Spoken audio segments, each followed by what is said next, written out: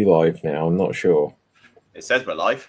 Yeah, I bet it does. Right, so audience, this is a slow start here because we are now live. Though, yeah, there was yay, we're live. Now there was a weird thing where like my mouse is lagging, so trying to just get the show going live on all platforms was interesting. But what isn't so interesting is the process that I'm now going to have to go to get to the intro credits. So media assets and think warm thoughts, everyone.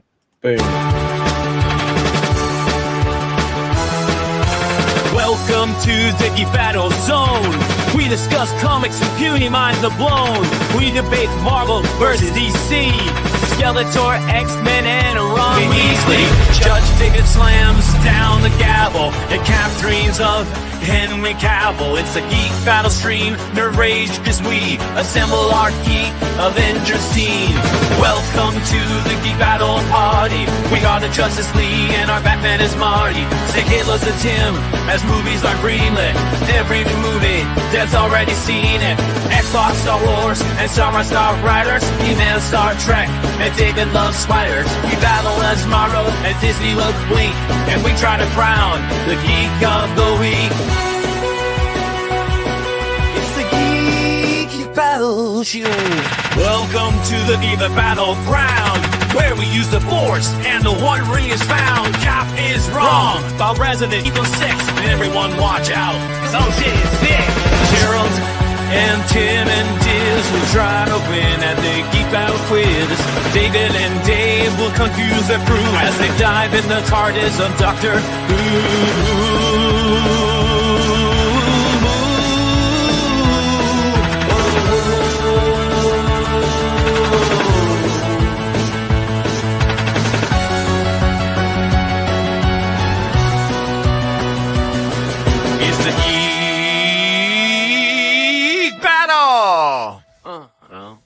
Watch out now, we're full of hot takes. Doc Courtney is garbage, but Red Dwarf is great. You love Sega, I love Nintendo, but in the Geek Battle, we are all friendos. Oh, it's a Geek Battle show. Oh, the Geek Battle show. It's a Teenage Mutant Ninja Geek Battle show.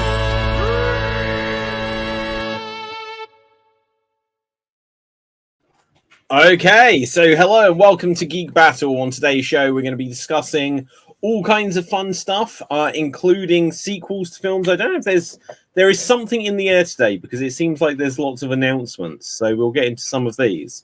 So obviously, there's been something big going on that I've not paying close enough attention to until I had to look to see what's happening in the world.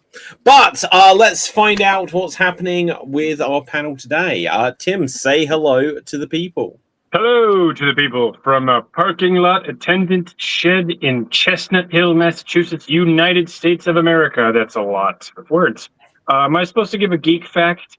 Yeah, if you've got one. Yes. Zack Snyder's Rebel Moon was supposed to be Star Wars with but described as Seven Samurai meets Star Wars with a little bit more blood. Didn't do well. And then Netflix turned it into a PG-13 movie. So they could appeal it to teenagers. Then Snyder was like, hey, could I just do a regular Snyder cut? That was released about 4 months after the original PG-13 duo. It did pretty poorly. Well, see, to defend Zack Snyder, if all of his movies have to go through the process of studio interference, being bad, that people are like, oh, this wasn't very good, people aren't going to turn up for the Snyder cuts. Let creatives do their thing. Yeah, let the creatives do their thing. Okay, cool. Right. So, Dave, say hello to the people. Hello to the people. My name is Dave MC here in an apartment somewhere in Paris, France. So I hope you're all having a fantastic day. My geek fact isn't as amazing as Tim's. So we all know from in Doctor Who, in 1977, we had the introduction of the robot dog companion K9. And so there are a lot of episodes, for those that know, there are a lot of episodes where K9 was featured but he never left the TARDIS. So he was always in bits, or he was broken, or he had some sort of illness.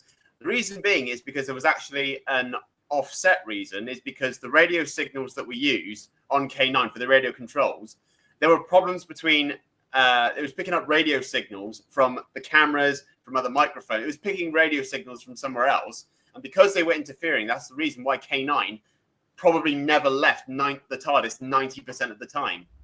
Ah, that's interesting. It's such a shame, like these old technologies, like now they have it controlled with like an Xbox controller. Yeah. You know, Bluetooth, it'd just be, yeah. But they don't include that character really anymore, so.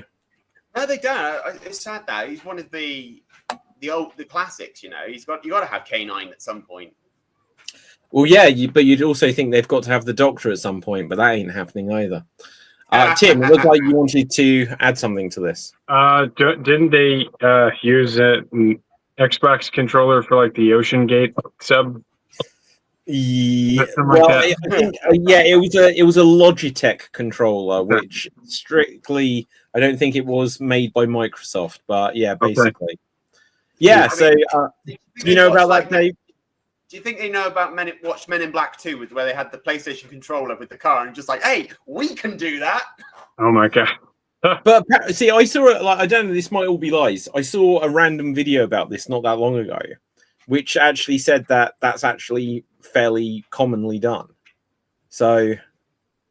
Well, so what you're saying is, because I have driving experience in GTA 5 with an Xbox controller, what I can do is just put that in the car and then just drive that down the street. Just have to not hit pedestrians. No, not the car.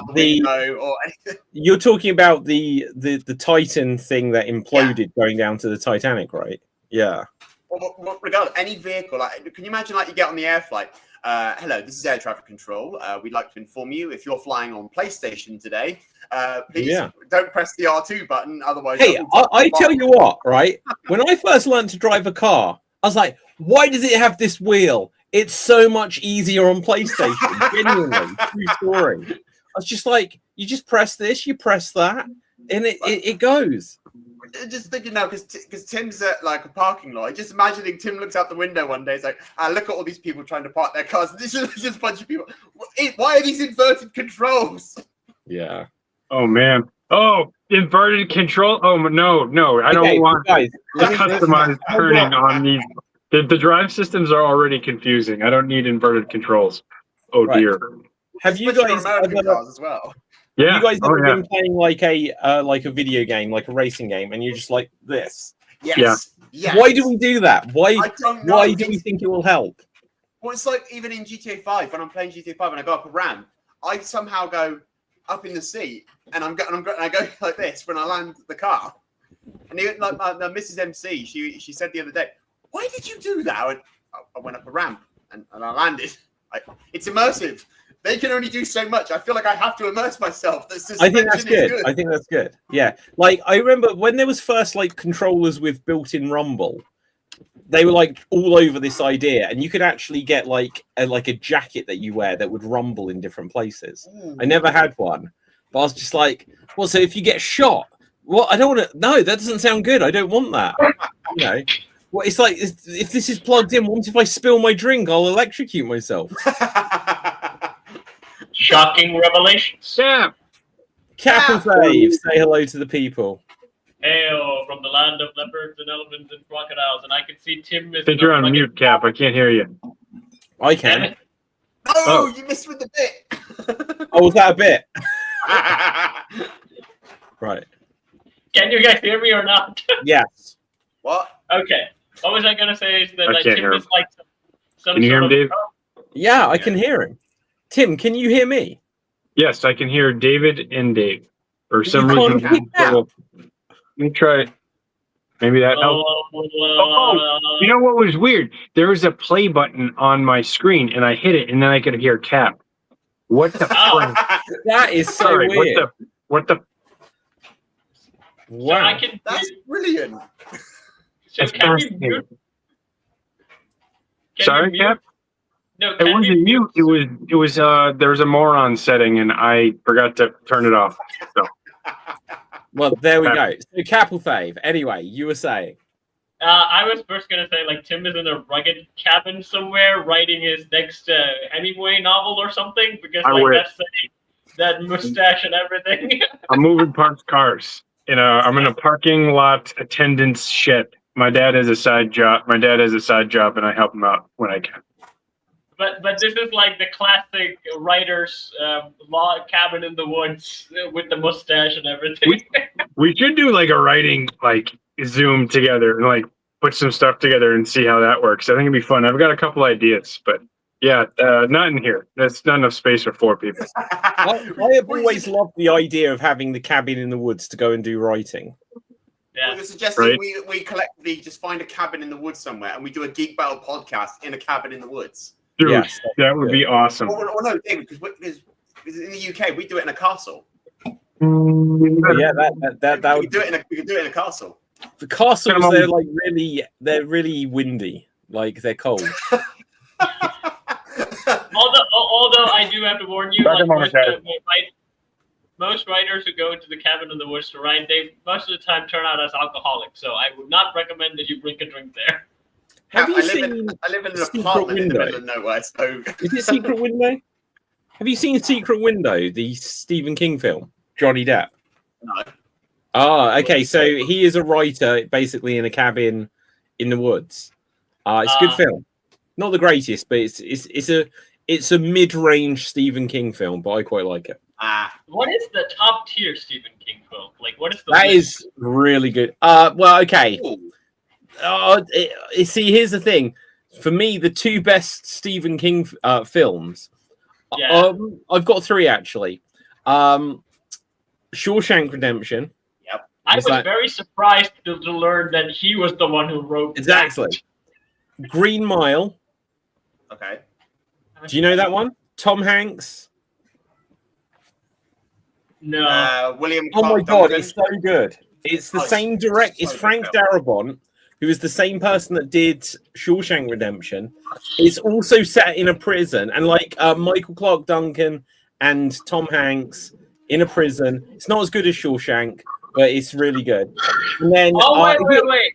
Is You go it on. with the guy with the electrocution powers or something? No, no, not that's But he does- Shazam, mate. he does Great- get electrocuted. Great Stephen King There is- film, Shazam. yeah. But no, check it out. Check out the Even Green Mile. King wrote Shazam. And the Oh, third no. one is The Running Man, which is also Stephen King, isn't it? He wrote the What? I'm pretty Stephen sure, unless King? I'm completely making it up. I'm Not the pretty sure I'm Arnold, right. not the Arnold one. Yes, the Arnold one. How? When I brought that up, because I think I said this like a few months ago when we brought it up that they were remaking Running Man. Yeah, The only one I've seen is the Arnold one. You said that it wasn't faithful to. No, it's not faithful, but it's still a Stephen King film. yeah. Yeah. It's not Stephen faithful, but it is still Stephen King. So I now want to see a superhero film written by Stephen King. No, I you just don't. want to see it. Just want to see it. No, you don't. Oh, he did that too?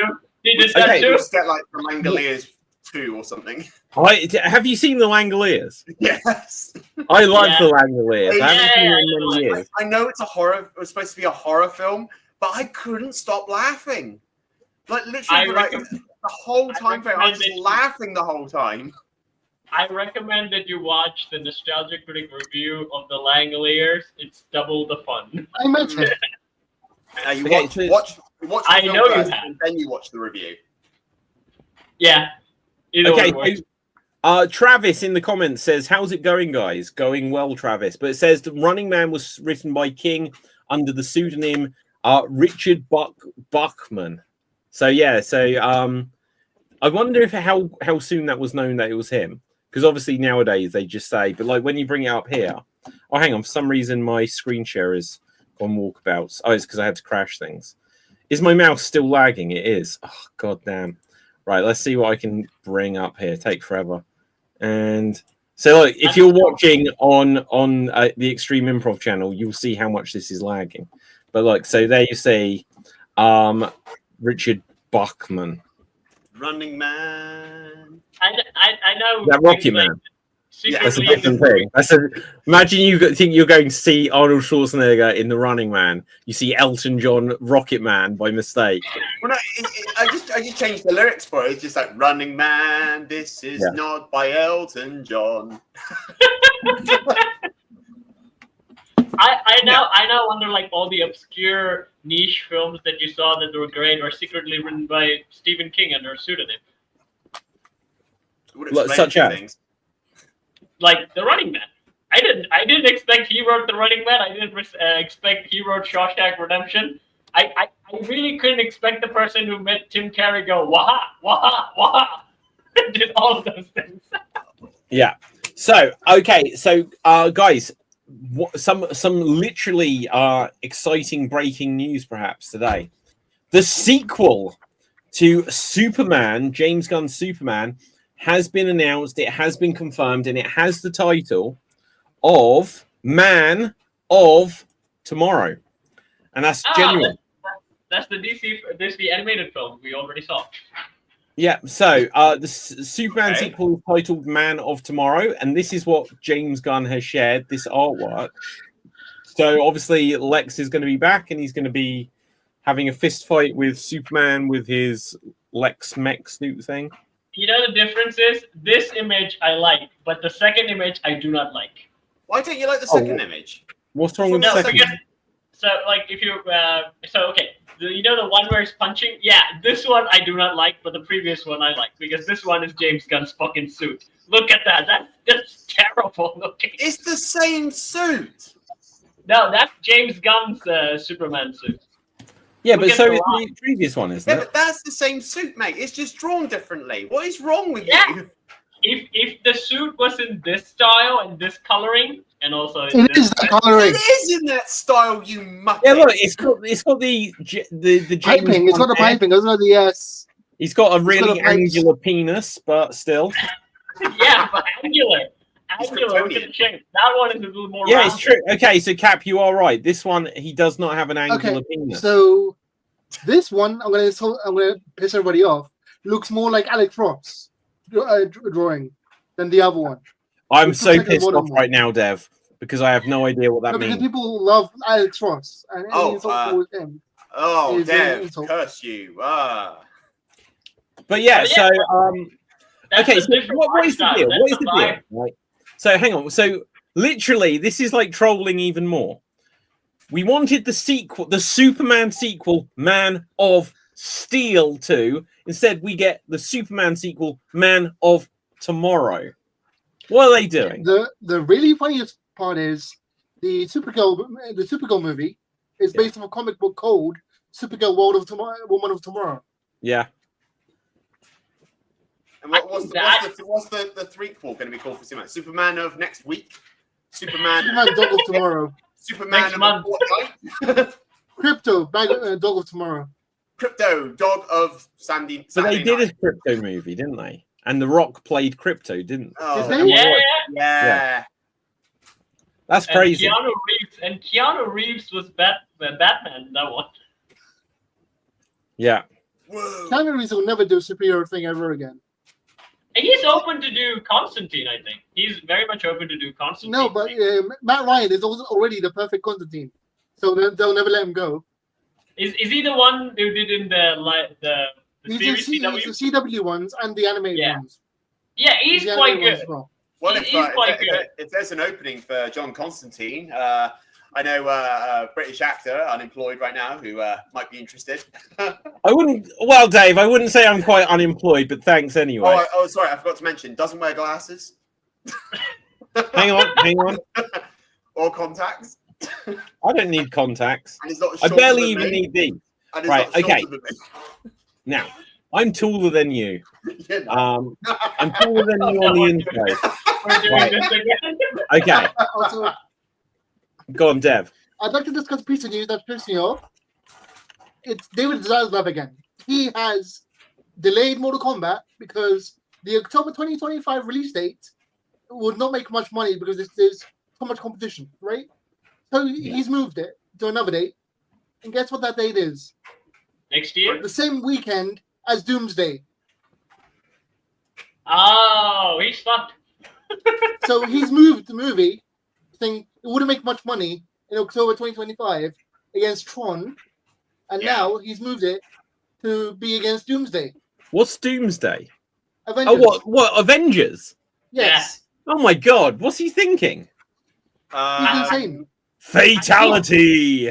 Right, that is. So now Mortal Kombat and Doomsday Or coming out. Is that just ultimate confidence that Avengers is done? I'm like, considering No, what does we not had hate with- money. No, the thing is, even if the Avengers are done, Tony Stark, I mean, like Robert Downey Jr. coming back will draw some street, no matter what. And Even- not only it's not only Tony Stark, it's the 2000s X-Men as well. Yeah, Yeah, true. okay, yeah. So it will definitely draw some seats. So better than Tron, I will, because like, I don't hear a lot of people talking about Tron. Tron is dead. Tron is dead. Mortal Kombat would have been Tron. Yeah. I don't know if Tron is dead. I think there's like 2 or 3 generations of that would have nostalgia about it. Yeah. So they can get like the 1980s nostalgia, and they can get like 2010 nostalgia. Cobra Kai never dies. Tron never dies. Oh, what was it? There was some announcement like a week ago that the Cobra Kai guys were working on. Was it Knight Rider? Did you guys hear this? It was in Yeah, the Night shut Rider up. to the future. Yeah, Wait, really? yeah, I think so. Yeah. So let me look that up again. So Just William Knight Zabka Rider. as Kit. hey, drive up that ramp. Don't be a pussy. I love Knight Rider, by the way. I've seen the actual 80s series of that one. Yeah, you've got the same hair. Michael Knight. Wait, well, that isn't the news you want. Like, there's a story here. Oh, hang on. What about Saying David Hasselhoff appears frail as he's seen for the first time here's since our Hasselhoff, Tim from Knight Rider reboots news. Okay, so look at this. 1 day ago, Knight Rider movie rumored to launch Airwolf and $6 billion man shared universe. I guess it would have to be, wouldn't it? So if you say like $6 million man, what? Is that a shared thing? The $6 million man and Knight Rider? No, but basically they're saying like they could be. Like if they're going to bring back all this 80s universe, basically the 80s cinematic universe, basically. David's wish came true. Let the creative do their job. What the crazy thing though is that it is actually that Dr. Evil thing of when he goes back in time to the 60s. I want $1 billion. It's like there's not enough money in the world. He goes to the future. He's like, I want $1 million, and they laugh him out. If you tried to do a show now, which was like the $6 million man, he'd just basically just be on crutches, and he'd just be like mechanized crutches. Technology, but not the money. yeah, it'd be like $6 million man. He's like he can afford nothing. I picture a superpowered like crutches that have like little missile launchers under the armpits and stuff. Yeah. And it's like, I don't know. I can't do well enough with that.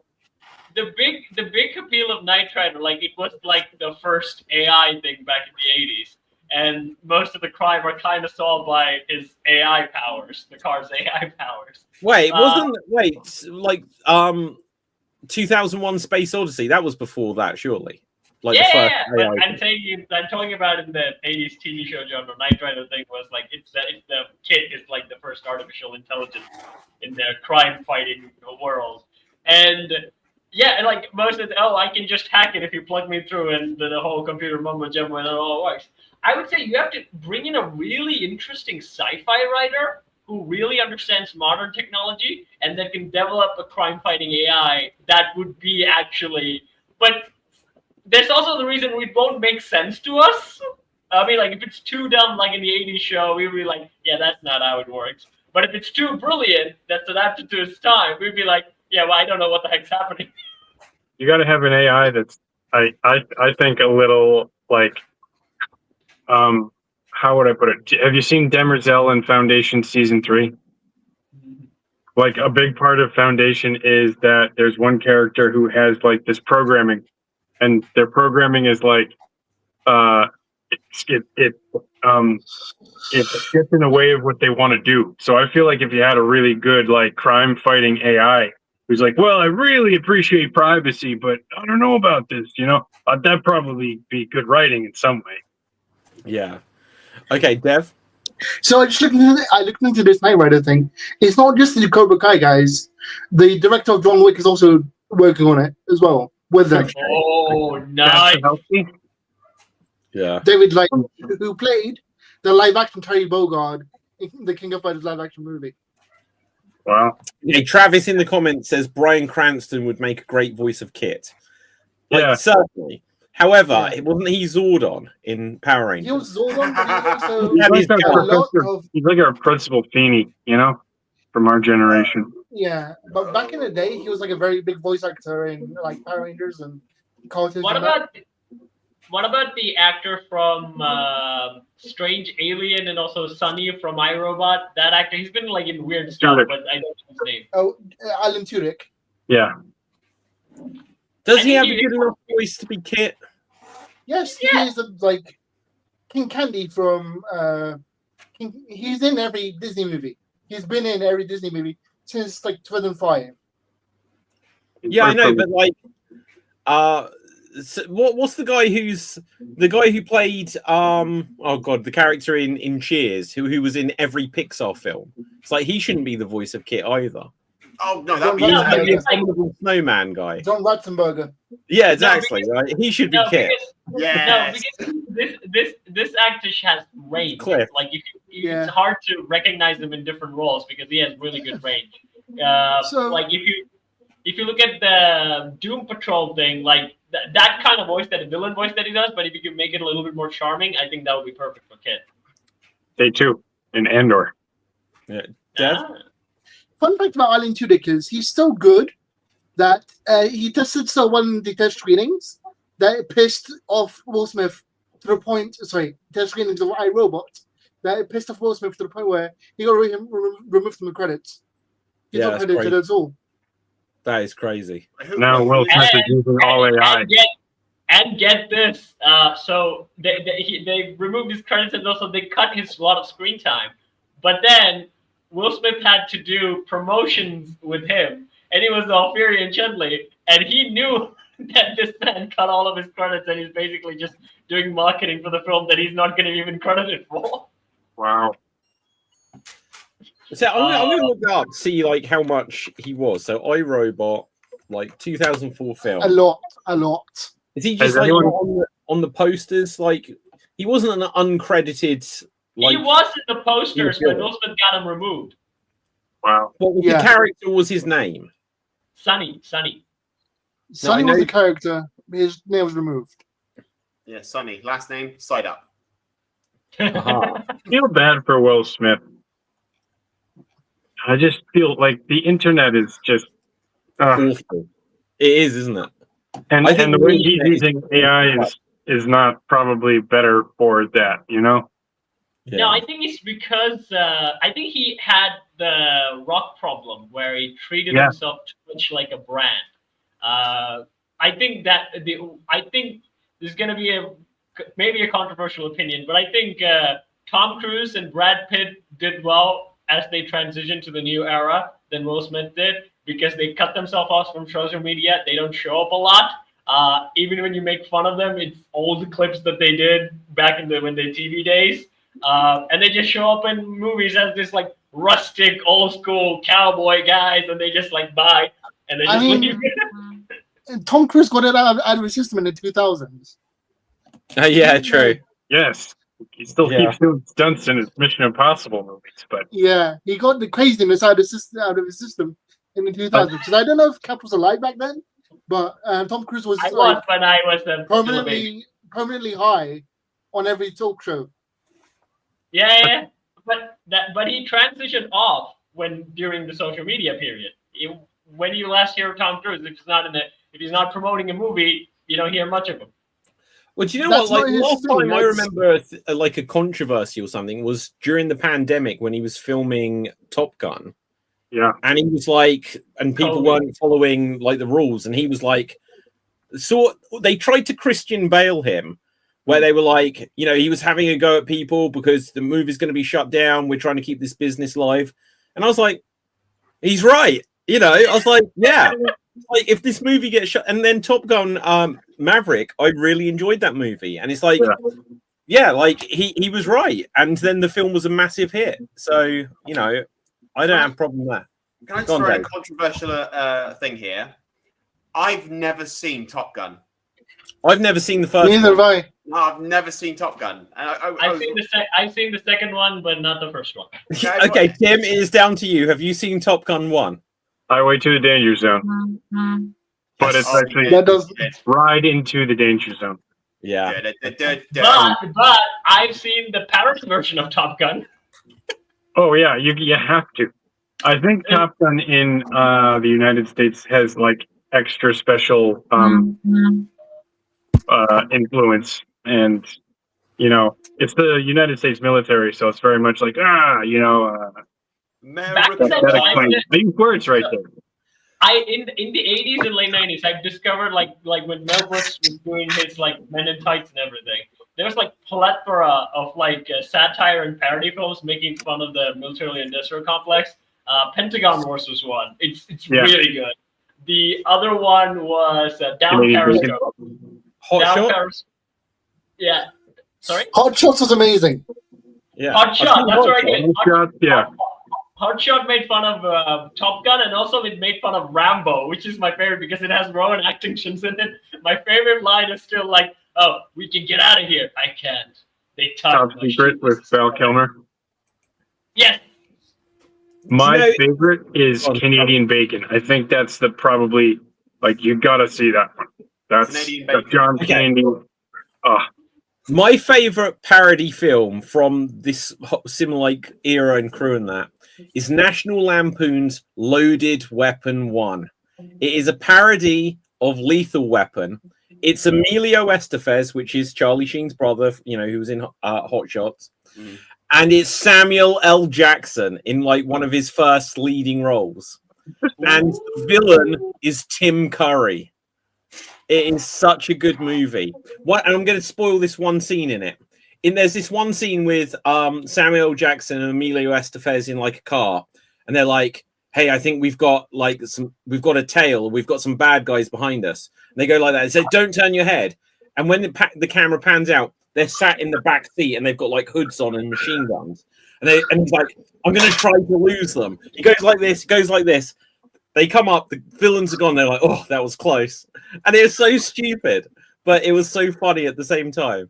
And also, actually, so Naked Gun with Liam Neeson on the trailer. You know where he comes in as the little girl, and then he takes off the mask. They literally did take that from National Lampoon's Loaded Weapon 1, where Tim Curry knocks on the door of Whoopi Goldberg. Actually, plays Samuel Jackson's wife or whatever, and when you see the girl go up to the door, it's a little girl. And when she looks through the spy hole, it's just Tim Curry dressed as a Girl Scout. And he goes, "Wilderness Girls." And it's one of my favorite quotes from a film ever.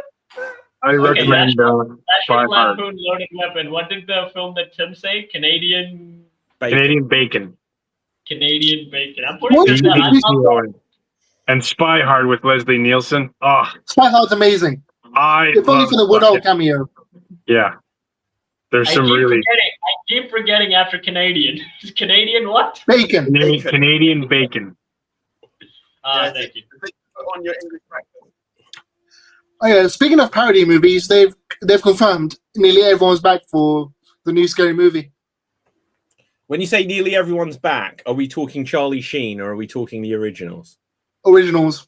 Like the Wayans and the Anna Faris and the other girl. I actually only like the third one that they did. Yes, exactly the same, Cap. Like, I don't mind the first one. The second one is dog shit. The third one is good, and then after that, the fourth one was rubbish. I can't even remember if there is a fifth. The third one mostly is because, again, making fun of science. I love making fun of that Shyamalan film. And the other one is that it's the TV Ringo having a fistwise. That scene is just burned in my brain. It'll never go away. Get your hands over, and then Ringo is fighting. Oh yeah, that. Yes. Yeah. Okay, so coming back to Tom Cruise just a moment here, because I looked it up. Weirdly, I've seen almost none of Tom Cruise's early career, and I know there's like famous films here. I've seen Cocktail, but that's it. I haven't even seen that. Like, You're out of order. I was going to make the assertion that I saw Mission Impossible, and I'd seen nothing before that, and probably not seen anything until Mission Impossible 2. And then, like with Minority Report and War of the Worlds, I started seeing some. Yeah. But I can say that in the last 15 years, I have seen a couple more of these. Oh, except for Rain Man. I had always seen Rain Man. But Cocktail, Color of Money, Top Gun, Risky Business. I still haven't seen any of those. You know So what's I don't funny? know why, but he's A Few Good Men. I think I've seen once. The Firm I may have done, but yeah, his early career is something that has completely eluded me for some reason. You know- Deb. I've seen the WWE parody of A Few Good Men with John Cena and JBL. But that I was don't think that was- lasts that long. I don't think it's a full. It was one of the WrestleMania 21 movie trailer parodies they did. Yeah. And I saw, as I was watching the new Jack Reacher, I watched the Tom Cruise movies compare. And like Tom Cruise trying to be intimidating as Jack Reacher is hilarious because he's tiny and the other one's like 7 foot tall. Yeah, but you know, I like the Jack Reacher movies with Tom Cruise in. There's that really good scene. For some reason, I've seen it a dozen times on like TikTok or whatever, where he's like, "Well, let's take this outside." Yeah, it's about He's like, "I'm going to beat you up, and then I'm going to beat you up, and then those two are going to run away." David. Yeah, David. If you watch that with someone who's described in the books as 6'5" and basically Arnold, that would have been like Commando to you. But instead it was Tom Cruise. You know what it is in that case? The only thing I draw comparison to is comic book accurate Wolverine from Deadpool and Wolverine. You just see like Tom Cruise. Yeah. Oh, are you ready to fight me? Just- Cool. Oh, hello, Jack Dave, Reacher. have you seen Adam Richards Reacher? The big 7 foot motherfucker. Alan Deb, Rickman. if you can, He's huge. get the fight scene that he does with the people when The he's, bar, like going stuff to- outside and stuff. Yeah, no, going to the apartment. No, when he's going to the apartment, he gets surrounded by people. That's like basically the Tom Cruise scene, but with an actual Jack Reacher. Okay, I'll go get it. Get But yeah, that one. This new guy is like 7 foot tall and he's like book accurate. It's like menacing and stuff. But Tom Yeah. Cruise is like this little kid pretending to be the giant. It's like It's that, funny it's like seeing that, a new that actor angry run. munchkin from the Wizard of Oz. Just Yeah. Like Really? Tom Cruise can run, so as Jack Reacher running that works, but everything else, no. No. Watching Alan Richardson run as like a 7 foot tall muscular guy is like, this guy can't cover that distance. He's gonna be. It's just too much mass. He's gonna be huffing and puffing. Yeah. But that's the weird thing, like when the physicality is like really written into the character, you can't really overlook that. Like when you say, "Oh, we're gonna do Commando," and then the next guy is like 5'3", you're gonna be like, "Oh, what? Yeah. I cannot see that."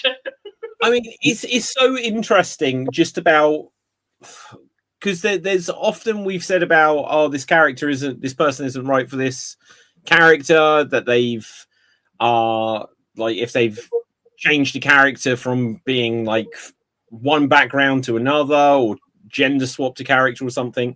It's like often these can work, but it's interesting with this one that they're just saying that a character is too short to play it. And is there another example other than like I guess Wolverine where like he's too tall? What do you say, Tim? Lord of the Rings. Like, I mean, yeah, that's work. interesting. Yeah, like they complete when they were first going to do that. Oh, in fact, guys, have you heard this news that Warwick Davis is going to still be playing Flitwick in the new Harry Potters? Yes. Yeah. So he played it before, and he's going to be playing it again, and that's super interesting. And it's just like I'm not saying he shouldn't have got the role, but wasn't there any other actor? Why just him that's coming back? It feels Fan like fan service. Accepted the paycheck as well. So fan service side with accepted the paycheck. So yay! So, I think it was probably like Warwick. We want you to come back and play for Professor Flitwick. No, I won't do it for any money. What about $1 million and $1. I'll take the job. So here is the thing, because Warwick Davis, I think, originally was wanted to play like Bilbo Baggins or Frodo in a live action like Tolkien, and then it got delayed, and then they were like, right, we're just going to use CGI and perspective, and then it's like these characters that should have been played by people that are like naturally smaller, they didn't get any of those roles. And like we spoke about this before with the whole Snow White and the Seven Dwarfs controversy, and it's like, and then it was like Peter Dinklage that said, and guys, if you haven't seen Peter Dinklage in the new season of Dexter, he's amazing in it, right? Check that out. That's just a little side note. But doesn't it feel like when it comes to little people, the actors from the little people community, it is Peter Dinklage and Warwick Davis? Like, can anyone else? Who else gets these like important roles? And it's so Hornswoggle was in Leprechaun as a movie, and that is pretty much it. And that was a WWE produced movie. So I can actually explain that because, okay, so the situation was apparently Peter Dinklage is stopping other little people from getting jobs. That's why there's not people not well known.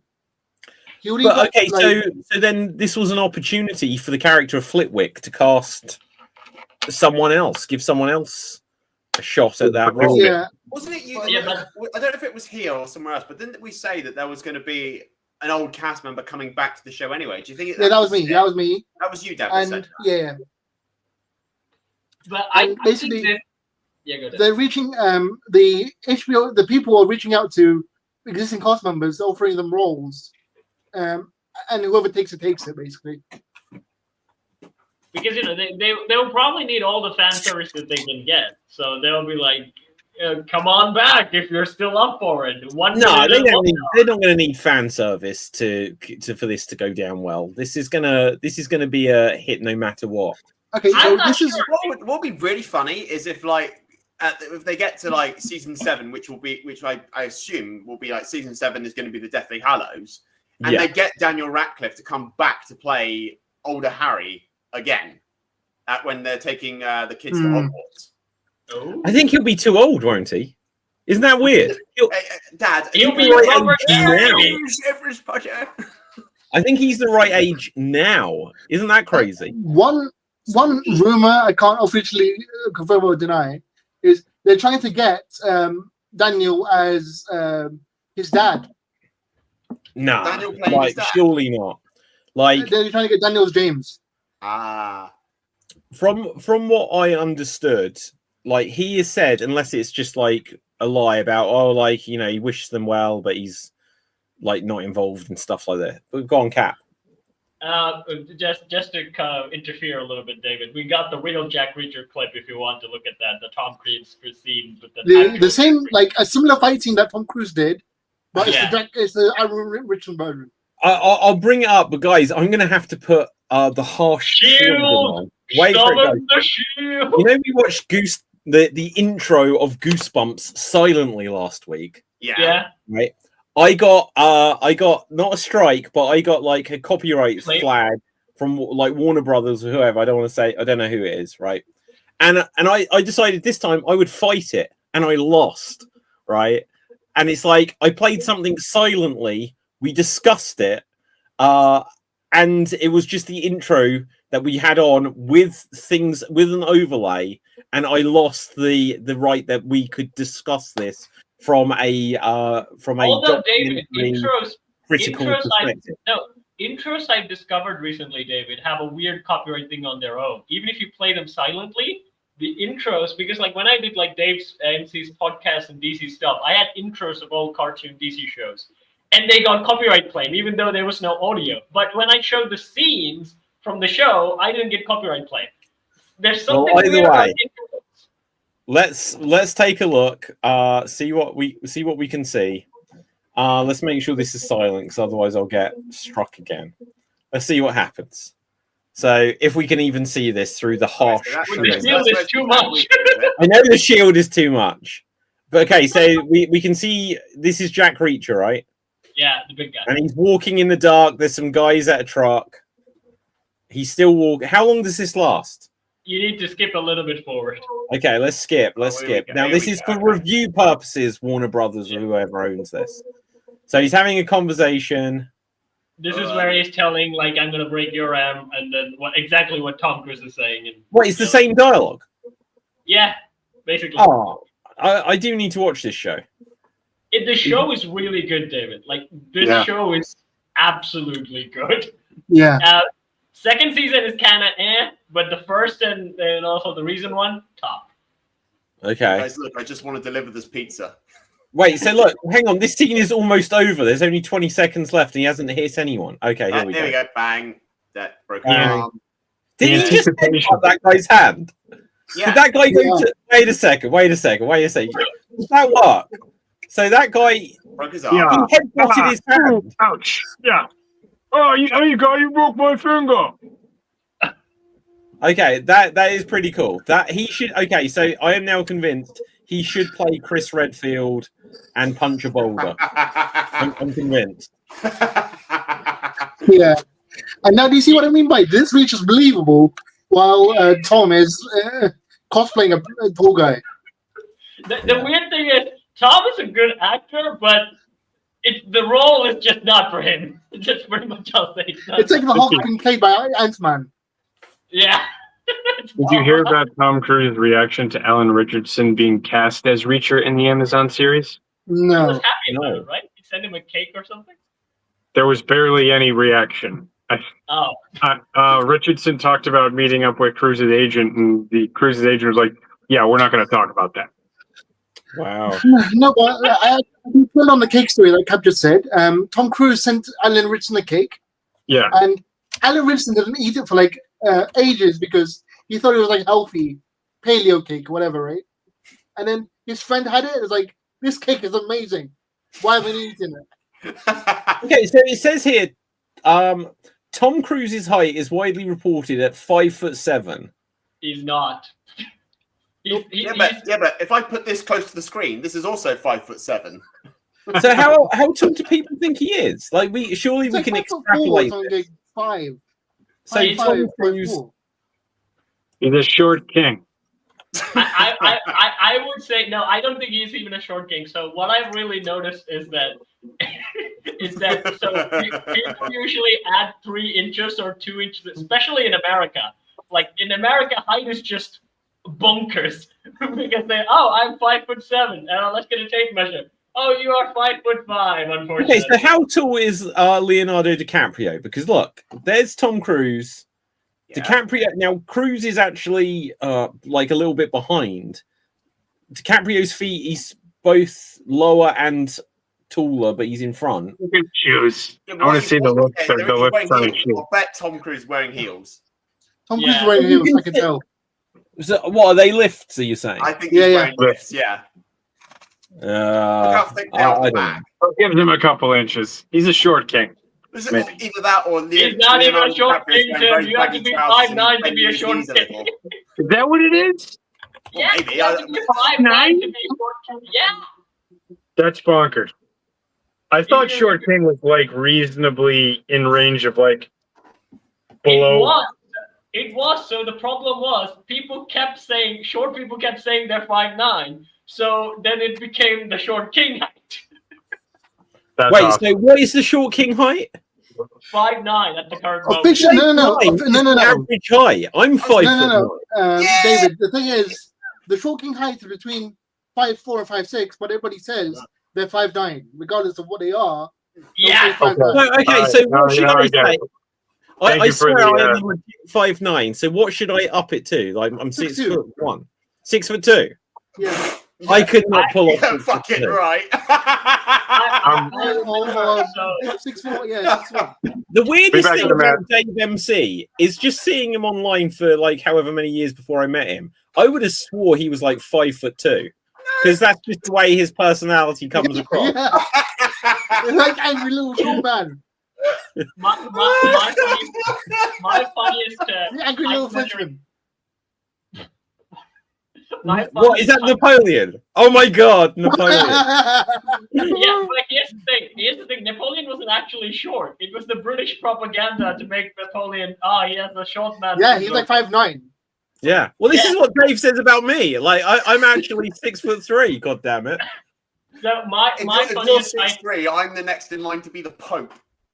my funniest height story is when we were at the gym and they were like taking us for competition names, and then when the people start asking people's height, and then there was a guy shorter than me, and they were like, first, okay, what is your height? And he said 5'9", and they came to me when I'm actually a lot taller than him, standing next to him, like, what is your height? 5'9". And he suddenly turned. Wait, oh, Cap, are you 5'9"? Cap, are you legitimately 5'9"? I'm legitimately 5'9". Well, there we go. I'm tall. I don't believe you. Yay! No, but the funny Dave, thing is, what are you legitimately? no, here's the thing. He Yeah. said he's 5'9", 5'11". and I'm standing next to him. 5'11". That's 2 inches. I'm still taller. Okay, hang on. Tim, how tall are you? 5'10". But that's only when my posture's good. Ah. No, When my but posture's good, 5'10". Sorry. I need to take a moment just to do this. What are you doing? Oh, I'm there you doing go. the smug face. Looking down on us. Yeah, looking down. No, it's from that extra height. How's the weather up there? Yeah, Oh, but- fine. How's the weather down there? Cold. But here's the thing: it's always great when you lie about your height, and there's a person who's actually that height standing next to him, and that's what happened to the person that was standing next to me, and he was like, "No, you're not 5'9". You gotta be 6". And I said, "No, I'm 5'9". No, I'm 5'9". Okay, so on the height thing, I'll share a quick story. This is a Disney story. So there was a guy who was so the guys that do Darth Vader, you know, they have to be quite tall. They're about 6'2", that sort of range, like tallish. I only know it in centimeters, about 190 centimeters. Yeah. And there was a guy who was my height, and he asked to do it, and he did it. And all I could think was, well, that's not intimidating for the children. How intimidated would you be if you go into this little pod and you see a Darth Vader, and all you see is like, "Hello, Lord Vader is here to see you." I have a solution. Get Dark Helmet's helmet instead of Darth Vader's. And then that increases your height by at least a foot. Yeah. Tim, the way some of these people behave, they may as well be Dark Helmet. True. So how's that Goofy? I will never speak about Goofy. Goofy is my boy.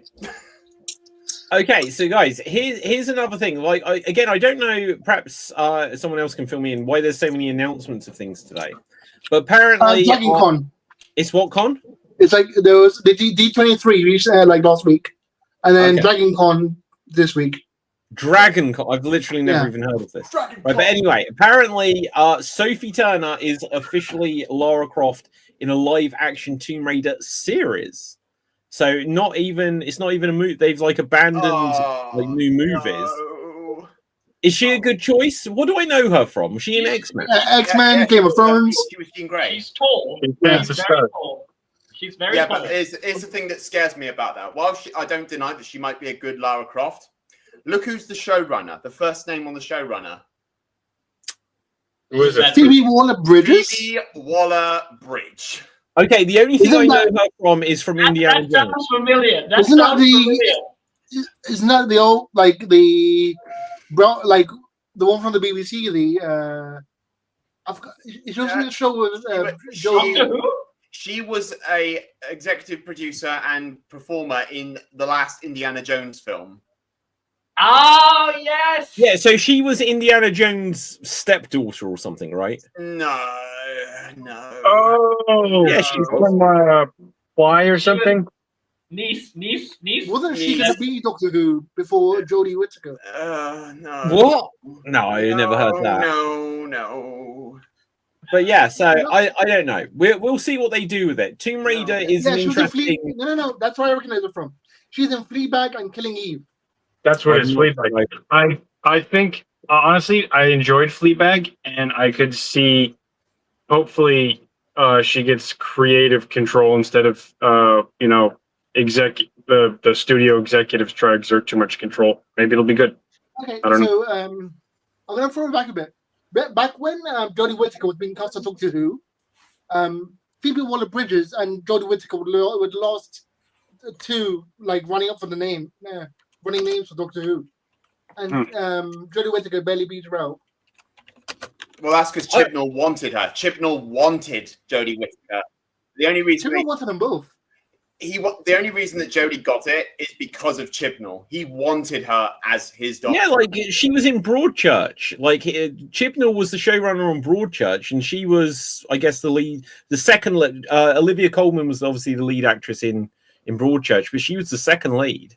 Yeah. That's I think the only reason they had other names was a formality, because he said from the beginning, I wanted Jodie to be the doctor. Yeah, but so wasn't Phoebe also in Broadchurch as well? Was she?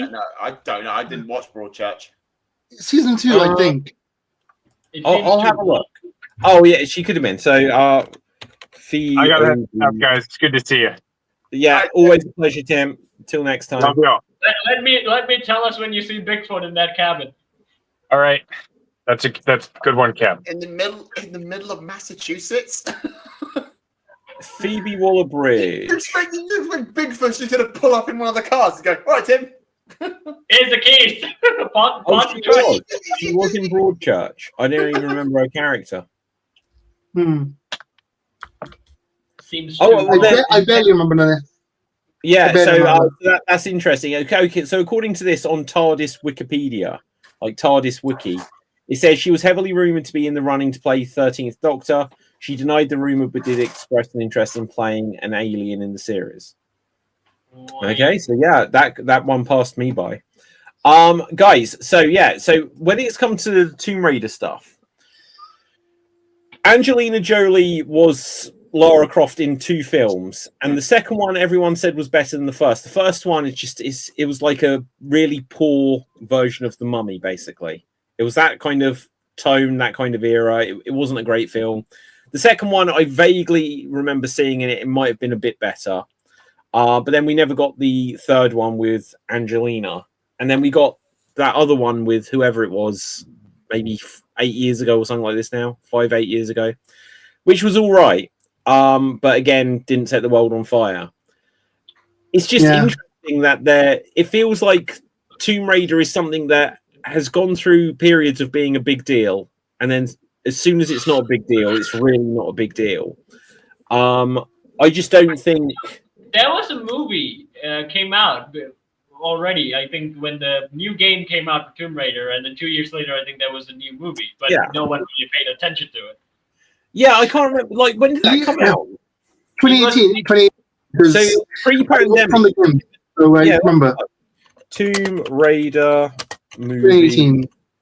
It had Ghost in it from Ant-Man, and Walter Goggins from. So 6 million, box office 275. So I don't know why they didn't give it another go. It's I thought it didn't receive well when it came out. I think I thought it was received quite well. Okay, so it became a casualty of the so Square Enix was an idiot and decided to focus on NFTs and sold the rights to Tomb Raider to another company, and that's why they couldn't make another movie. There you go. That's crazy. Like I never understand that, because Tomb Raider isn't originally a Square Enix game, and core design. Yeah, exactly. So it was a British game, and core design, like, they got sold or whatever, they went bankrupt and they had to sell off everything. Of all companies, Square, who makes Final Fantasy, bought it, and then they produced like the most successful Tomb Raider games, and then they sold it. It's like, what do you want other than if you've already got something that's really successful, Dev? They sold it to focus on NFTs, which I remember literally being in that meeting, being like, the fuck is going on? Wait, what do you mean being in that meeting? Don't bury the lead here, Dev. Wait, hang on. Who are? Oh my god! Okay, so I was game tester for Mac. I was a game tester for the Mac ports of Tomb Raider games. So as I was I thought I was a fan of them. I bought shares in different companies, and Square was one of them. And I got into the shareholder meeting for Square when they were announcing they were selling the Tomb Raider focused on NFTs. Did you speak out against this? I couldn't. I tried to. I was listening to the recording basically. I was listening to the live meeting. What is? Wait, you're talking about NFTs, right? Yes. Square wanted to sell Tomb Raider to focus on NFTs. Huh. How about that? How that worked out for them. Yeah, so I'm trying to go through. Like, you go on Wikipedia for like a video game company, and it just like you'd hope it would come up with like a just with like list of games that they've made or whatever, but it's not easy to find it. But I have a morbid-ish fact about Tomb Raider. Yeah, go on. The creator based Tomb Raider off his sister, who he fancied. Nice. Incest. Right, there you go.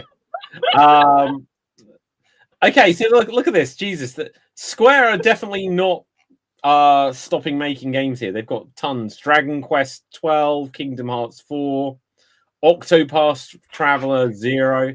They've got loads of games. But okay, so there was a period in time after the NFT bullshit where they could only survive because of Final Fantasy 14 subscriptions. Whoop, whoop, whoop, whoop, whoop. That's crazy. They weren't making any money. That's great. Do you know, I hate when all of these companies end up getting sold, though, because there are so many game franchises that have just kind of disappeared. Like Tomb Raider is actually one of them currently. Darksiders is back. Darksiders may be back. But you look at so many, like Duke Nukem. When was the last new Duke Nukem game? That is like... Okay, so regarding Duke Nukem, I can answer that. The sales for Forever were so bad that they'll never ever make a new Duke Nukem ever again. But here's the thing. So if you are familiar with the Evercade, which is like a retro gaming system, they put out 2 Duke Nukem collections, and they put out like a limited edition Duke Nukem console. People are still interested in Duke Nukem, right? And it's like you can have one copy game. Sorry, it's too horny for 2025. Well, no, like I think things are coming back around. Like things. You know the funny thing, that comment makes a lot of sense because like whenever time I complain about any sort of, so when I was really complaining about Dragon Age Inquisition, one of my friends who played Dragon Age today just played Duke Nukem, and it just kept saying that whenever I complained, and now it makes sense. And regarding the whole common ground thing, David, I don't think so, because have you not seen the drama about Steam?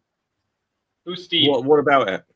A Australian lobbyist group is trying to remove all the adult games on Steam. Good. Oh yes, yes. Good. No, David, no, bad David. Yes, Captain, yes. Because I'm tired of going through Steam and seeing them pop up on my fucking shop. No, bad Dave.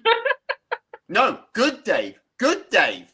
Wait, I don't even know what's going on here, guys. Basically, an Australian lobby group is these two down here can't keep it in their pants.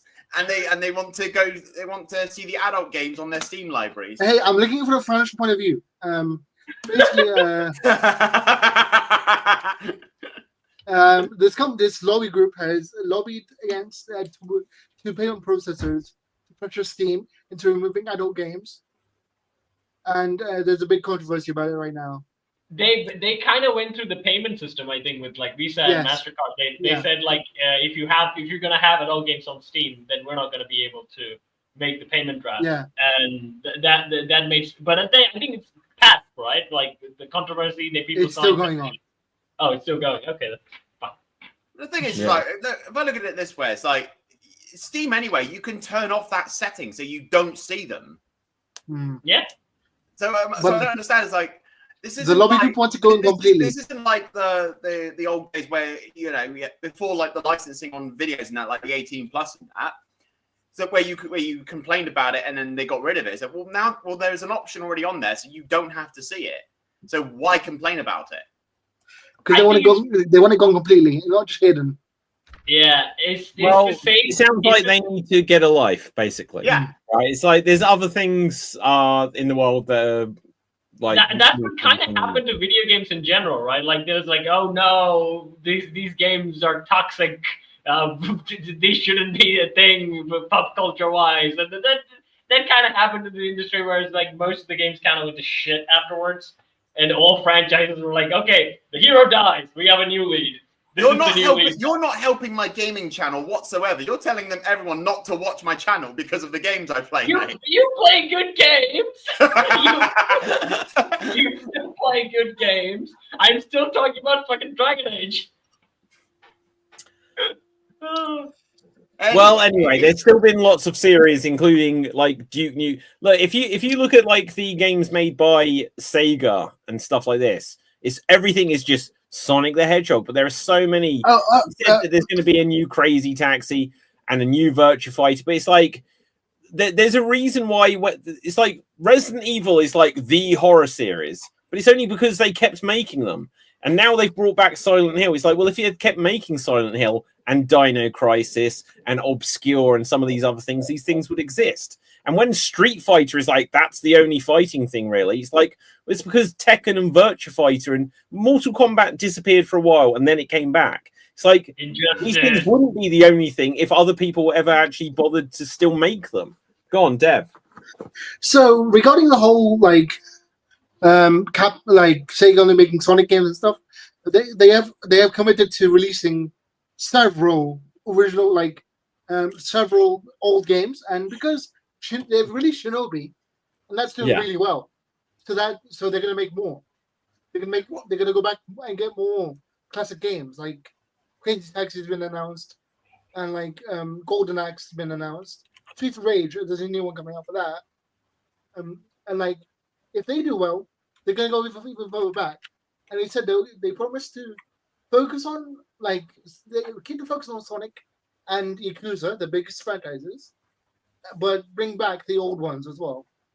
Shenmue. Okay, can I throw something out there? Because you've got like these really good franchises that come back. In my case, like good franchise like Legacy of Kain, they did a remaster of the first two games. But here's a question I pose to everyone: if there's a game that should not be remade, remastered, or whatever, what should it be? A game that shouldn't any sort of like classic retro game. Dragon Age Inquisition. No. Hear me out. Any classic game that should not be remade or remastered. Or does that include? Or are you saying like, could they still get sequels? They could get sequels, but just anything. Dave, do you mean not remade or remastered because they're bad or because they're perfect? Bad. Okay. See, here's the interesting thing: bad games are the ones that do need that fixing, basically. Yeah. So I'm going to give you an example, guys. I don't know if you are familiar with Bubsy. Okay, so Bubsy 3D. Let's bring it up. So Bubsy 3D. So there's a collection of these Bubsy games. And one of the very, very first 3D platform games, well, I might have even showed it recently, was Bubsy 3D. They're doing a re-release of all of the old Bubsy games. And they say that there is Bubsy 3D remastered where they've added in modern style controls. And it might make it playable. I think there are a bunch of old games where it's like... I think this is true with Bubsy as well. So have a quick look at this. I don't know whose channel this is. So hopefully, I'll see that it's not going to show. This is the game. It's just like, oh Jesus, what is up with this? It's just show the game. Show the game. I'm giving you 3 seconds. 3. No, we're done. Oh. Why is it showing Huel from Breaking Bad? Right, anyway, so on Bubsy, you'd run along, and it could be like you get one hit killed. So a remaster of that, it would be like, we'll give you like 3 hearts or something like this, and then it'll make or like fix the jumping mechanic. So if a game's got really floaty jumping or really short jumping, and it's like I said about that game recently where the buttons were just the wrong way around. There are some games I think you could go back, take the assets, fix it, and then be like, oh, okay, now the game is playable. Yeah, and here's an example, actually. There is a Mortal Kombat collection coming out. So all of the old Mortal Kombat games, 1, 2, 3, Trilogy, Mortal Kombat 4, And one of the last things they announced for it was the N64 game Mortal Kombat Mythologies Sub-Zero. And this was like a side-scrolling beat-em-up / fighting game. So it wasn't just a one-on-one fighter. And when you played this on the N64, you would have to press a button to make your character face the other direction. It's like there are so many better ways of doing this nowadays. It could just be like this is within the era where they introduce Z targeting or Z targeting. And it could just be like if you want to fix onto a character, just have a button to scroll through who you're fixing on. But instead they had a specific button where you could be facing the wrong way. And you think just pressing the other direction would turn you around, and it doesn't. So I think some old games that are bad could be fixed. So I'm trying to see target Cap and get him to stop putting his mouse up. Speaking of like dead franchises, though, I really miss the company Hudson. Hudson? Who is that? Bomberman? Bomberman, Bloody Roar, and like other stuff. But well, a company bought them. I think it was like I can't remember who, Konami bought them, and is doing nothing with their licenses. You occasionally get a Bomberman thing. They occasionally they did re-release because Hudson, I think, were also behind the Turbo Graphics, and they did put out a Turbo Graphics Mini. But this is the problem when a company like the biggest example I always give for this is Microsoft bought Rareware, who made GoldenEye, who made Killer Instinct, who made Donkey Kong Country, Banjo-Kazooie, Conker that we watched a few weeks ago. And this year is Rareware's 40th anniversary. And since their 30th anniversary, where they released a collection of games, the only game from Rareware has been Sea of Thieves. That's it. It's like 10 years later, your anniversary. It's like it's one of these weird things where the nostalgia for Rareware is still the 1990s. And it's like, why haven't there been new Conker games and Banjo games and all of these things every 2 or 3 years, like happens with like a ton of franchises? Microsoft just killed them. Go on, Dev. So it turns out that Microsoft had a studio working on 4 Rare games, but the studio just got shut down like last week. But that wasn't Rare, though, was it? That was They were Rare. It was Rare. It was like because they were working on like 4 Rare games, and they're all going to come out for the Xbox, but the studio got shut down. Wait. Rare wasn't there a new James Bond game? No, the studio making the Rare game. Yeah, but so they're not Rare. So they're Rare franchises, but they've given them so there was going to be a new Perfect Dark and a new whatever else. Yeah. But they give them not to Rare. So like when Killer Instinct came out on the Xbox One, it wasn't made by Rare. Oh, It's just like I miss Killer Instinct, like the good one. Yeah, it was such a good game. No, the new one's good. The new one's good. Although I will say, Spinal is an asshole. I will say that. Spinal. My God, I always played as Spinal because I grew up watching Jason and the Argonauts with like the skeletons come and fight. I was like, I've got to play as the skeleton. I agree. I liked Spinal for that reason, but I'm not that. I was full gore. Full. Oh, okay. I was a full gore player than full gore, Riptor, and then Jago. Oh, this is a I never liked Jago. Yeah. This is a fighting game. Yeah, it was a fighting game. Yes. Yeah. I'll show it to you. I'll bring it up. I was an asshole. This is a really good game. Like kind of in the same vein as Mortal Kombat, but it's on better. Steam. It's on Steam. So when it was releasing in when they announced it in 2013, I was watching the announcement live, and I screamed the building down. I woke everybody up because of the announcement. Nice. It was Killer Instinct was back after like 23 years. There's also Darks. What is that? The game. Darkstalkers. We don't even okay. So Darkstalkers was a Capcom fighting game based off like horror icons, but they recently, I say recently, in 2012 they released a compilation and nobody bought it, and because nobody bought that, the sequel they're going to release was cancelled. I think they really have some animated shows, right? Like there was an anime and there's also an American. There was an anime and there was the American cartoon, and the American cartoon looked garbage compared to the anime. Yeah, I Okay. think they should. I think they should definitely go in the TV show genre and probably get some hype up for that one. No, because Eddie Shankar would ruin that as well. Ah. Also, regarding, speaking of old video game studios, guess which company's back and guess who's brought it back? Acclaim know, tell have me. returned. Sorry, I didn't catch that. The video Acclaim and Jeff Jarrett, the wrestler. Yeah, Jeff Jarrett. Okay, so what is the announcement? What games do they actually have? I think they Because- have Turtles. I think the one they have now is Turtles. What, And Ninja it's- Turtles? Yeah. There's actually you just prepare for an epic action game of Turtles.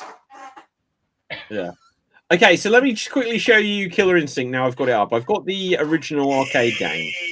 And I can unmute this actually. So Look at let's- it. let's go. Look at this. This is the original. I have the soundtrack. Ethan.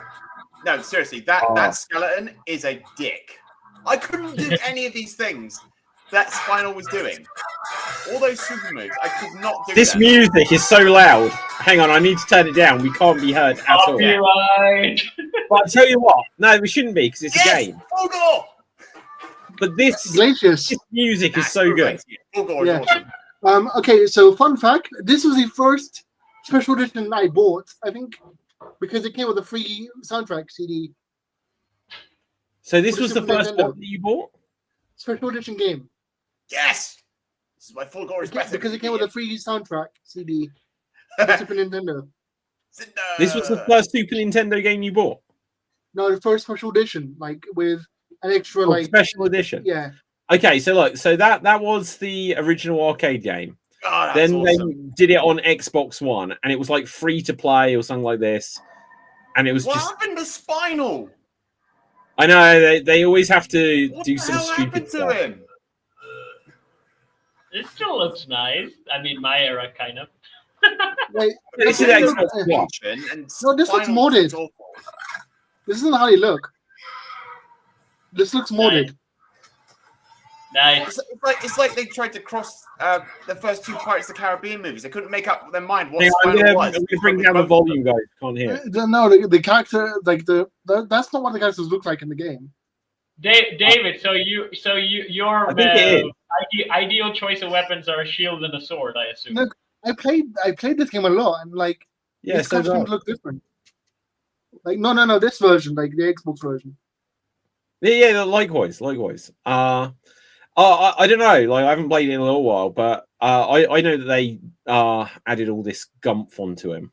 Yeah, this is just weird. I don't like No, it.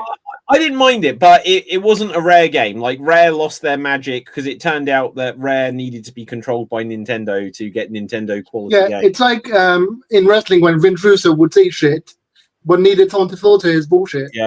So we get the good stuff. You always do find that. Well, it's James Gunn, isn't it? So James Gunn working for Marvel, it's like okay, they rein him in, and it ends up good. James and same with Taika Waititi, right? So they're like, okay, don't go too wild, and then they're like, wow, that's a success. Do your thing, too wild, and Rare. Their games on the Super Nintendo, Donkey Kong Country, and everything, Banjo, GoldenEye, everything on the N64 was like great. And then they went to Microsoft, and everything was just kind of bad. Everything was bad. It's because a lot of the people left the company, and it wasn't really the same people anymore. I mean, Which is a shame.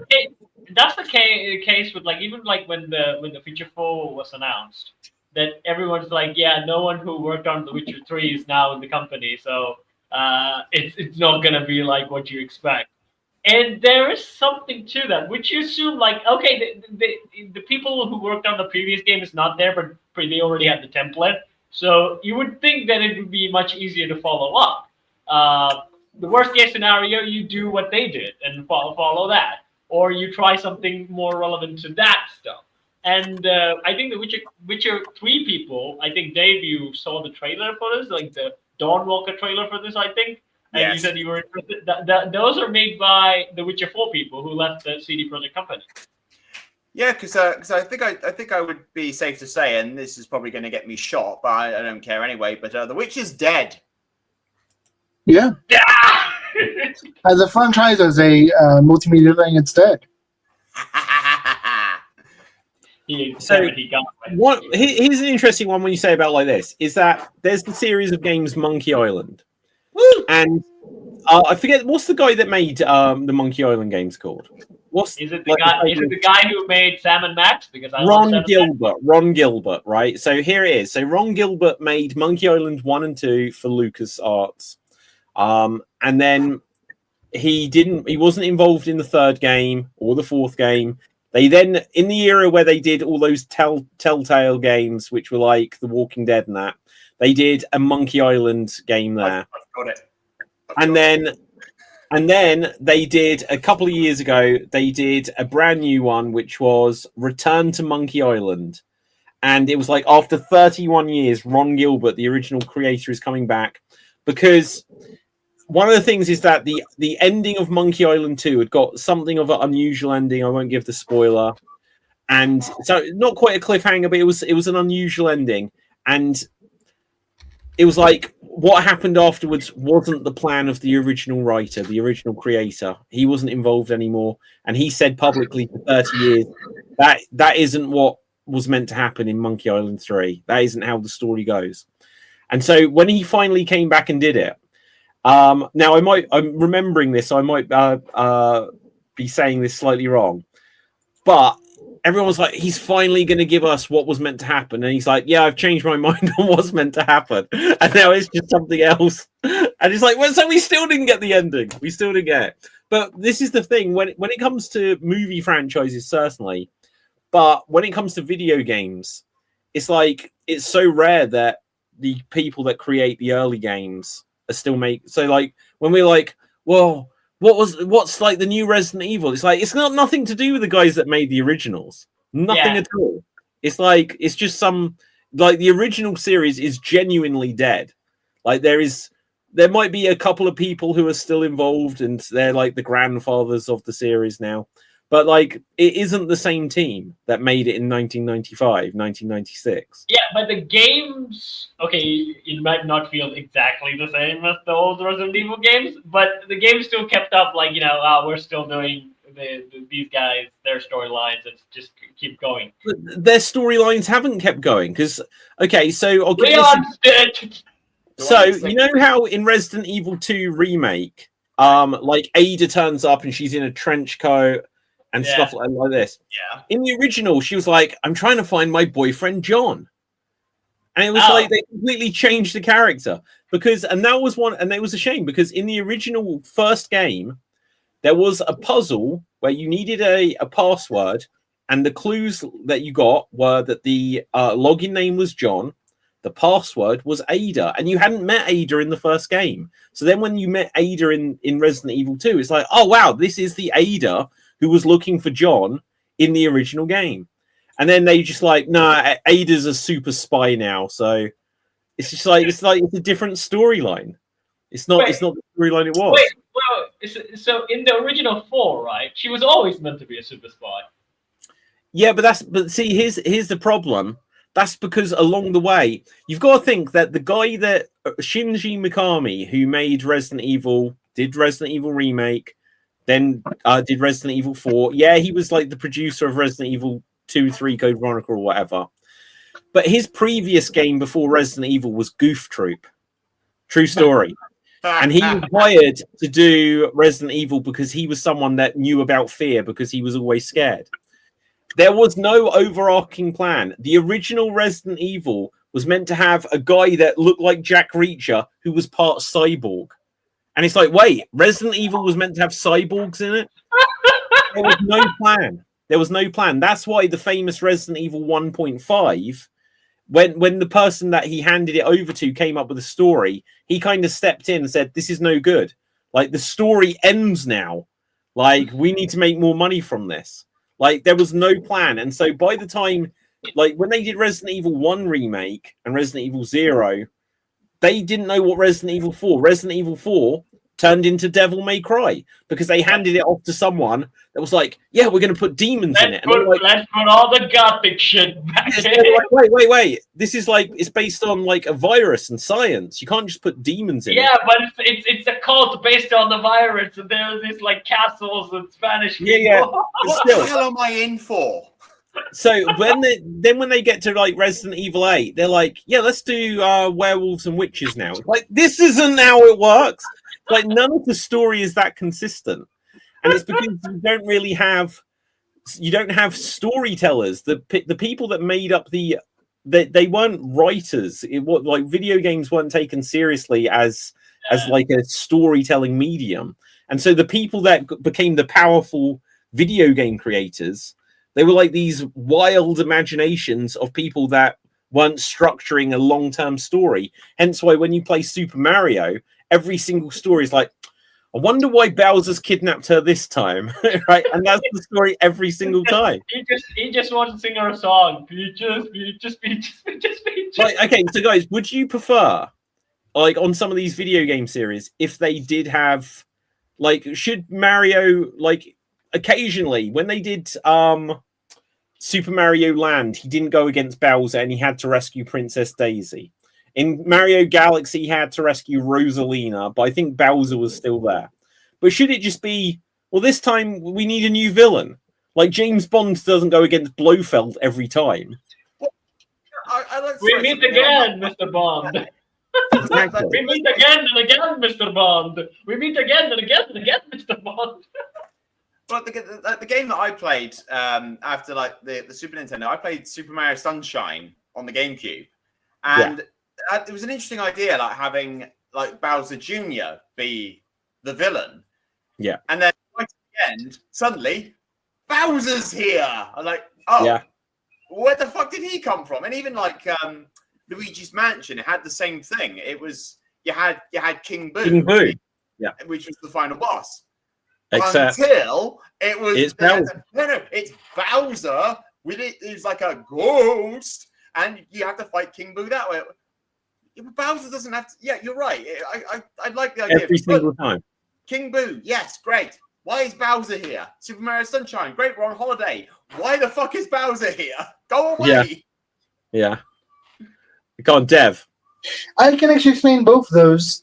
Both of those games were made with the same premise. We want like a game that doesn't have Mario in it. So they made like this weird concept. So like it was literally a tropical cleanup game for Super Mario Sunshine and a Ghostbusters ripoff for Luigi's Mansion. And that house could never be cleaned. Mario. That house could never be they had cleaned. nothing to do with Mario, but Shigeru Miyamoto looked at both of them and was like, yeah, these are going to sell Stick Mario on them. I don't think I'm not sure that's true with those. I know. Look it up. We can fact. I don't think that's true with either of those actually, but I know it's happened with others. I know with Dinosaur Planet, it became a Star Fox game. Yes, and I know Splatoon was originally they wanted it to be a Mario game, and they had to fight to keep original characters in it. But I don't think Super Mario Sunshine certainly was ever planned as anything other than a Mario game. I might be wrong, because otherwise, because that was the Mario game for the GameCube. It was what became from Super Mario 64 too. Go on, Cap. My theory is it's the 80s mentality. There always has to be a Skeletor. There always has to be a Shredder.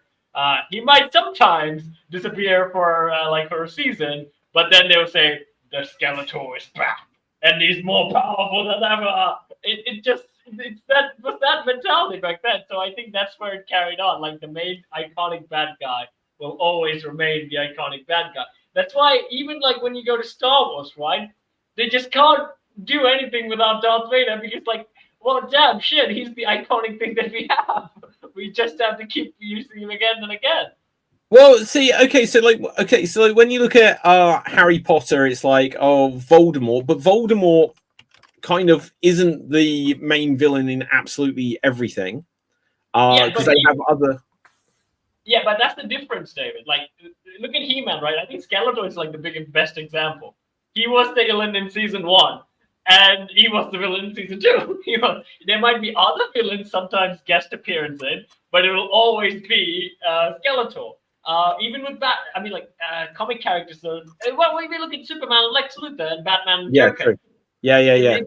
But So Batman, like they'll be like, now the Riddler's the bad guy. Now Mr. Freeze. They'll circle back round, but they have other ones along the way. Yeah. Like, even with Man of Tomorrow, it's like, oh great, I guess Lex Luthor's the bad guy again, right? What? So, Really? Yeah, Now- but with Superman, he had like he could have had Apocalypse, he could have had Doomsday, he could have had Bizarro, Lobo. He anyone could have had else. Lobo there. He could Because literally have Lobo's Lobo. Lobo's in Supergirl. Yeah, that should have been in Superman. Instead of No, it shouldn't. Bizarro, it should have been in Superman. That would have been like a cool fight. I shouldn't. No, There's only one. and, No, it should. One character who should be in a Superman movie, who has never been in a Superman movie and must be in a Superman movie, Mixapidlick. he's in. I think that's such a shitty name. TV show. James Gunn might do that, Devin. You might regret it. No, I want a Mixapidlick. He's in the TV shows. I don't care if Yeah. he's in a TV show. I want him in a film. By Gilbert Godfrey, I think, right? Dev is like, what? Yeah, but he's also like in the CW ones Yeah. as well. Someone else. Superman, do it. Play my game. I can only hear Iago when I see him. It's so hard to ignore That's that. the only thing you know Gilbert Godfrey from. So of course you're going to The, pick that up. so, Dave, the funny thing is, the only thing I know Gilbert Godfrey from is him reading 50 Shades of Grey. He take off my clothes and kissed my cheek. Yeah, it's an actual thing. Like, Oh, it's amazing. oh my God! I exclaimed. Yeah, I'll put it in the No group cap, chat. I'm You'll not see. going to put a Gilbert Godfrey impression on the channel now. You Okay, have so to guys, we're going to have to begin to wrap things fairly soon. There was one or two other things which apparently Gambit, Channing Tatum, has confirmed he'll be dialing down his Cajun accent as Gambit for No! Doomsday. No! That's No, the only thing you that know was what? good about him. I think that's a joke. I think that might be a joke. Yeah. No, that is a joke. Is it a joke? I Yeah. think it might be a joke because it was only Deadpool that couldn't understand him, but everyone else can. Like we as the audience Yeah. understood every single thing he said. I think Well, he's I taking waited it. a long time for this. It says, no, look, here's the headline. So it says, blah, blah, blah, blah, blah. He says he's confirmed he's not going full Cajun, adding that Marvel executives really had to wrap their mind around the accent and how people are going to understand him. We understood him just fine. Yeah. They want to I keep mean- the drama and they want to keep it tight. When And- Gambit and- gets serious, when he drops the Mardi Gras mask, things do matter. So, I think we're getting that Gambit, which spoilers for 97 for anyone who's not seen it. When like he to rescue some mutants from a Sentinel, he basically like blows himself up trying to like destroy the Yeah. Sentinel. Yeah. That's when the only time it was serious. But I think it will be bad though, because I think the end, right? Spoilers again for X-Men 97. They time travel back, right? I can't remember. Kind did of. Oh, Kind yeah, of. Yeah, they they- split off into different factions, and they're They time one's in travel, the but they future, time some are travel in the into, like, past. Narnia. Is weird. Apocalypse. Yeah. Yeah. So I think they might bring him back. Although that series did Gambit so dirty. Oh my god. No, they did they did really well. That is Gambit. No, that is Gambit. It was really well done. No, it's in my whole storyline of him and Rogue and then Magneto is basically, No, but They were that's really- what happens in the comics. I did not know that. I've seen the 97 the original Pick up a cartoon. comic book every so often. You don't be Like surprised if that's why they had David the and whole David and I would never read comics. the whole like Magneto kidnapping Rogue in the first X-Men movie was a reference Yeah. to that. Yep. But they couldn't do Oh the my god! romance Think because of Patton was 20 and McKellen was 60, so they couldn't yeah, do romance. think of Ian McKellen and a pumpkin. yeah. Okay. Any other breaking news, guys, that we're aware of? There was a cast photo of Street Fighter, the Street Fighter cast, with new additions. Okay, so we've got who is playing Zangief and Cammy. I had names, but let me just pull up the thing again. Yeah, sure. Because they wanted to get what they're trying to do as well. They're trying to get as many of the old cast to do cameos as well. What? Oh my god! They need to get Jean-Claude Van Damme. Because what they've done is they some of the cast have been seen wearing a T-shirt with the old logo. Yeah, that's true. With the nice old logo. Oh my god! So, I would be excited for that. We need to blink. Yeah. Ass. I remember a few years ago, well, quite a few years ago, but there was a rumor at one point that there was going to be a sequel with Jean-Claude Van Damme and Dolph Lundgren, and I don't even know who he was going to play in a Street Fighter sequel. Obviously, it never happened. Ken? Apparently, it was going to be Charlie. It was who? Charlie. Oh, I don't know that character so well. I am such a Street Fighter 2, and like, as much as I've got all of the Street Fighters since then, basically, I cannot remember most of the characters. So Charlie's the one that died. Yeah. The one that Bison killed, and in the Nightfall movie, he became Blanca. Yeah. Like basically, and Dolph Lundgren was supposed to play him. And then in the sequel with Lana from Smallville, who played Chun Li. Never watched that. The guy from American Pie played Charlie there. Ah. Wait, the guy from American Pie, which one? The one that's like Oz. Oh, okay. He played Charlie, and it had Rose, Bison, Vega, Balrog, Gen, and Chun Li. Yeah. No, I'll be excited. Go on, Cap. Wait, Lana Lang was Chun Li? Yes. I can see that. No weird way.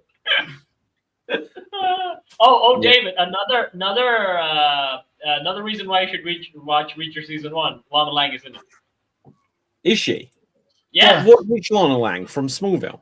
Yeah. Yes. Isn't she horribly old now? Kristen Cooke. Isn't she? She has to be. No, but she's Asian, so she doesn't age. Jesus. Right. Okay. Well, fine.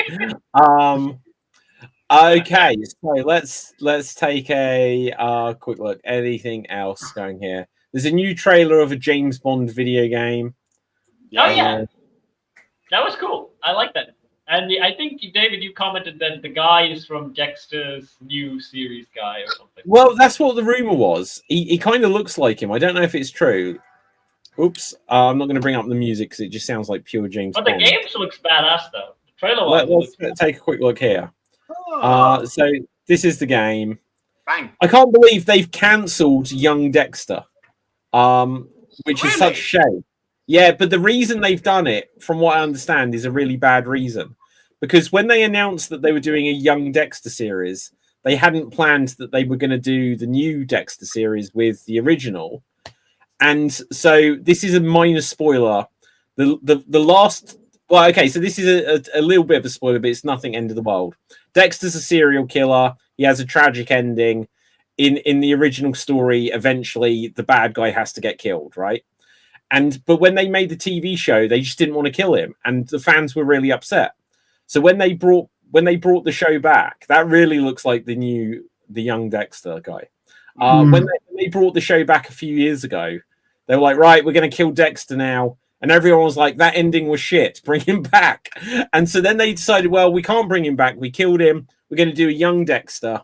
And they had original Dexter's like, oh, this is the flashing of my life before my eyes. But then he was obviously like, who's this young kid playing Dexter? I still want to play Dexter. And so when they then like, oh, he woke up from his coma, it's like, well, why is his life still flashing before his eyes? And they cancelled it. So wait, so the series is going to continue. It's not a reboot. It's just going to continue from where. Well, yeah. So original Dexter, they did Dexter Original Sin, which was the prequel, and now they've currently running is Dexter Resurrection, which has got Peter Dinklage in, and it's got Jessica Jones in, and it's got the Toy Maker in it. It's got loads of good people in it, right? And so that's still running. And from what I understand, they're going to do another new series of Dexter. But Dexter Original Sin was meant to be when he was in a coma, and it's like, well, he's out the coma. So it's like, so they just like, well, we'll stick with the original Dexter. I think it was probably politics. I wouldn't know. Maybe the guy that plays Dexter, Michael something Hall or something, I can't remember. Right. Maybe he was like really in favor of it, but I think he was like, nah, Dexter's my role. That's what I would have done if I was him. He basically did Michael Keaton, but one. Michael Keaton, what? What did Michael Keaton? Michael Keaton always say like, I'm Batman, and I'm Batman, but they keep doing other. Okay, go on, Dev. So Jack Chan just announced that he's doing the stunt coordination for Spider-Man Brand New Day. Interesting. Well, I don't think he needs to work. I'd prefer if he was in it. It's like, you know what I do? You need to have a few jokes in there. You need to pull a few funny faces in between kicks. You need to like wearing a mask. Like, how can you tell? Yeah. But you know the very sad thing with Jackie Chan is that we're never gonna get a live action Jackie Chan Adventures because Jackie Chan is now old. We are extremely close because there is a movie right now where it looks like him and his niece. It's him and his niece being spies together, but it's not Jade. But he's old, right? Like Jackie Chan he's now visibly old. He's not as old as he looks in Karate Kid. They made him look older in Karate Kid. Okay then, they need to fix that because like I was like when all these live actions were coming out, I was like, okay, Jackie Chan. I'll send you a picture of it. I'll send you a picture of him now. Definitely the new movie. But even if there's not a live action, I would very much like if the series gets revived or if we get like an animated movie based off it, I would still watch it. See, like, hang on, I've just seen something here, right? So this is something that people are raging about on the internet because of course they are. But like Peacemaker season 2 is happening. Mm-hmm. Right, and I haven't seen it. I have literally next to no interest to see it. But I said, like, the end. They retconned the end of the first Peacemaker. Have we discussed this before? With the Aquaman and sort of. Yeah. So let me. So I've got the clip here, but then I saw this other story. So let me just quickly bring it up here. So apparently, look, parallel dimensions. It can be the same until it isn't. But they use the same shot, and then on the original, you'd got Flash and Aquaman and Superman stood there, and you had this scene which played out, and they replaced Aquaman with Hawkgirl, and they replaced the Flash with Green Lantern. Sure. But you could also just see that stood there is Mr. Terrific, Superman, and Supergirl. Yeah.